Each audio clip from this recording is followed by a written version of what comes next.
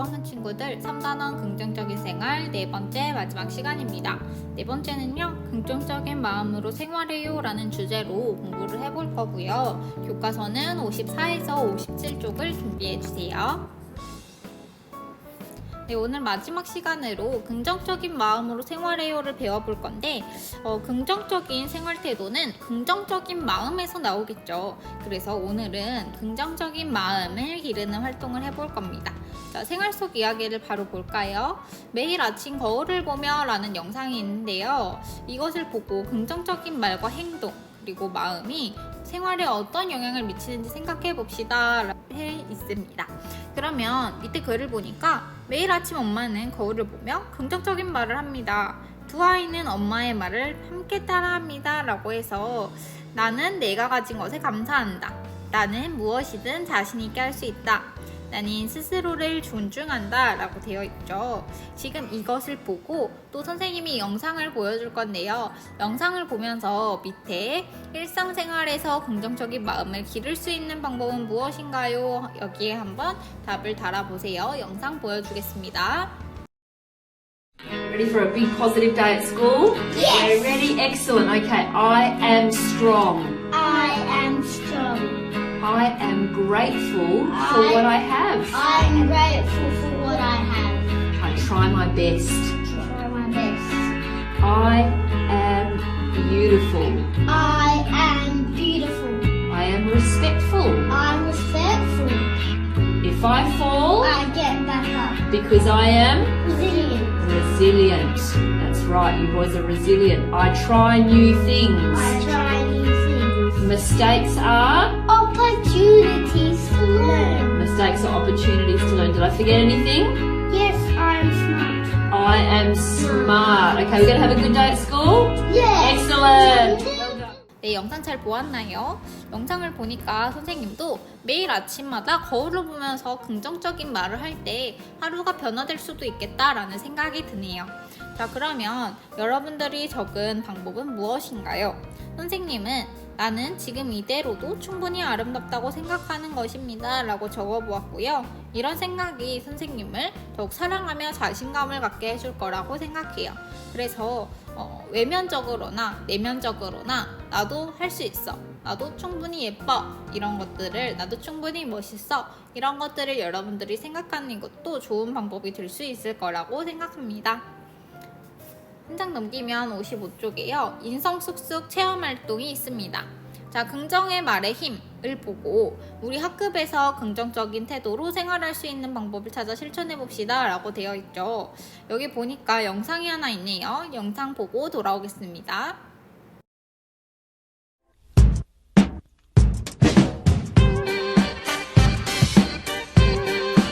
눈에 보이지도 만져지지도 않는 말의 힘을 직접 밝혀보기 위해 한 가지 실험을 하려고 합니다.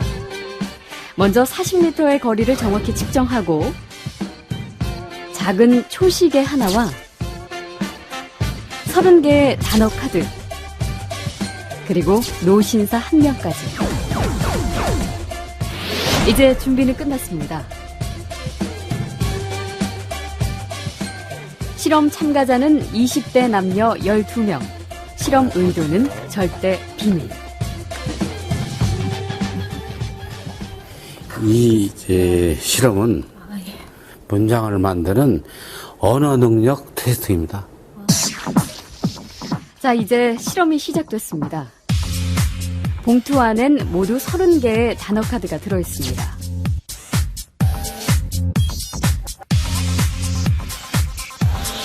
이렇게 나이 드신 분들이 막 연상이 되는데요. 제한 시간은 단 5분. 그 안에 카드를 조합해 3개의 문장을 만들면 됩니다. 늙은 뜨개질하면서 휠체어를 타고 있는 그 노인분이 앉아 계시는데 이분은 약간 은퇴하셔가지고 약간 쓸쓸하고 그런 느낌이 되게 강했어요. 그래서 시간 안에 어렵지 않게 실험을 마친 참가자. 실험 끝나셨어요? 고맙습니다. 실험이 끝나고 대기실로 돌아가는 참가자. 하지만 파란 선을 밟는 지금 이 순간부터가 본격적인 실험 시작입니다.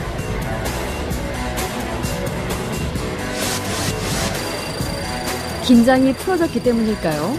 느슨한 걸음으로 돌아가는데요.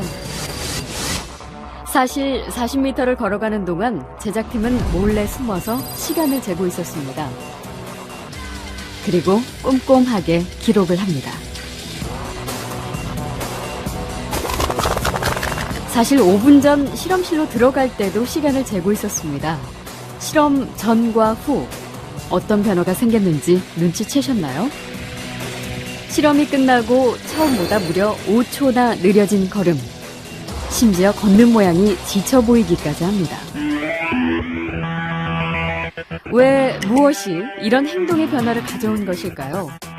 실험을 무사히 마쳤다는 안도감? 아니면 피곤해서였을까요? 그 비밀은 바로 30개의 카드에 있습니다. 그것은 모두 노인을 연상시키는 단어였던 것이죠.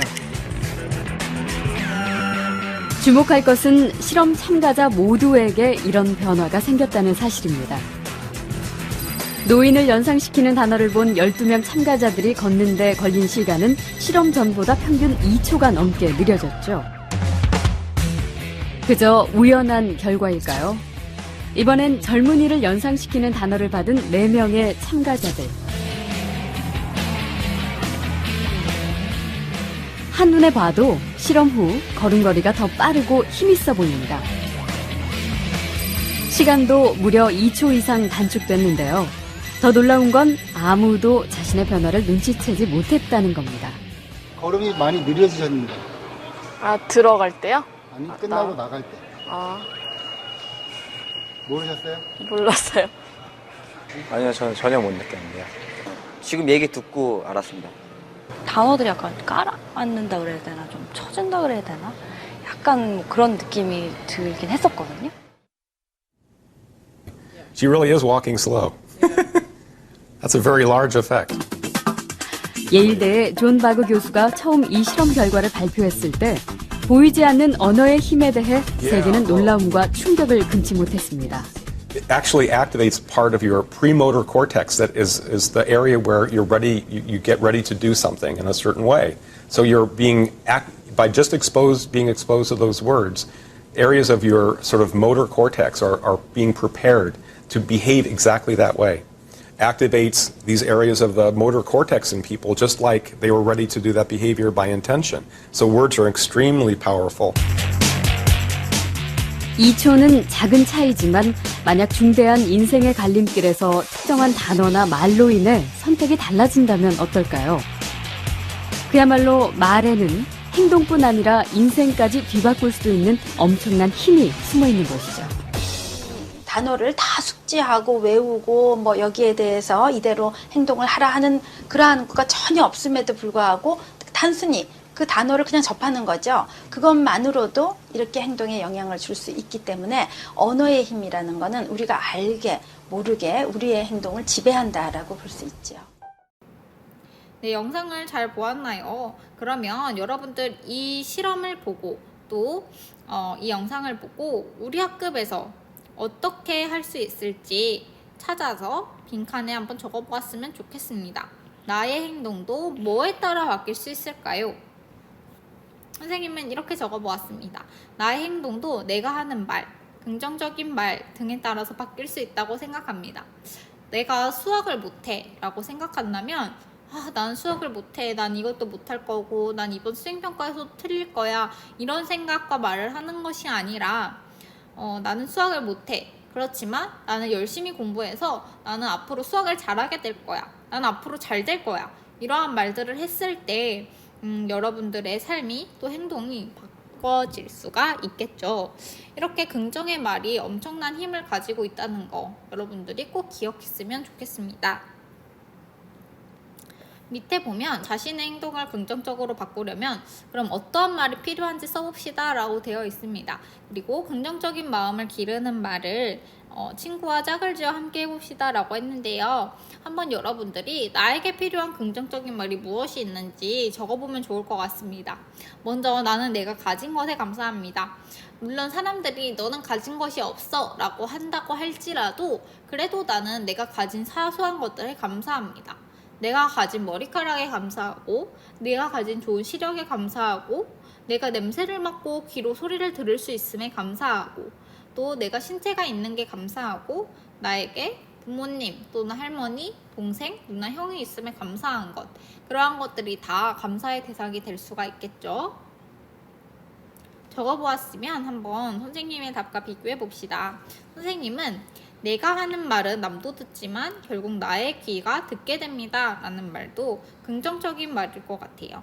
그래서 내가 하는 말이 우리는 보통 상대방에게 들으라고 하는 말인 것 같지만 나의 귀가 들으니까 나도 조금 더 말을 조심해서 해야겠다라는 생각이 드는 것 같고요. 그 다음에 이미 지나간 일보다 앞으로의 일을 긍정적으로 바라봅니다. 나는 앞으로 지난 실수, 지난 과거의 일보다 앞으로의 일을 긍정적으로 바라볼 거야 라고 스스로에게 말을 해주고 싶고, 그 다음에 나는 앞으로도 잘 될 거라고 믿습니다. 나는 앞으로 잘 될 거야. 무슨 일이든지 잘 될 거야. 이런 식으로 이야기를 해주고 싶어요. 그 다음에 체험활동 두 번째에서는 칭찬과 격려가 넘치는 학급을 만드는 선언문을 쓰고 실천해 봅시다 라고 했는데요.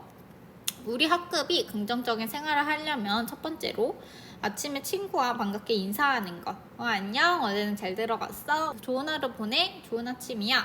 이런 말들이 하루를 시작할 때 굉장히 힘을 나게 해줄 것 같고요.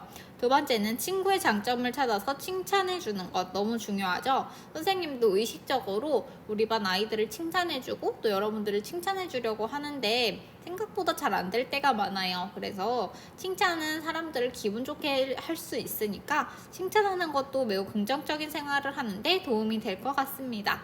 그 다음에 세 번째, 실수한 친구에게 괜찮아 라고 말해주는 거 너무 중요하죠. 우리가 모든 별로 활동을 할 때나 친구들이랑 같이 학교에서 생활을 하다 보면 실수를 하는 친구들이 보입니다.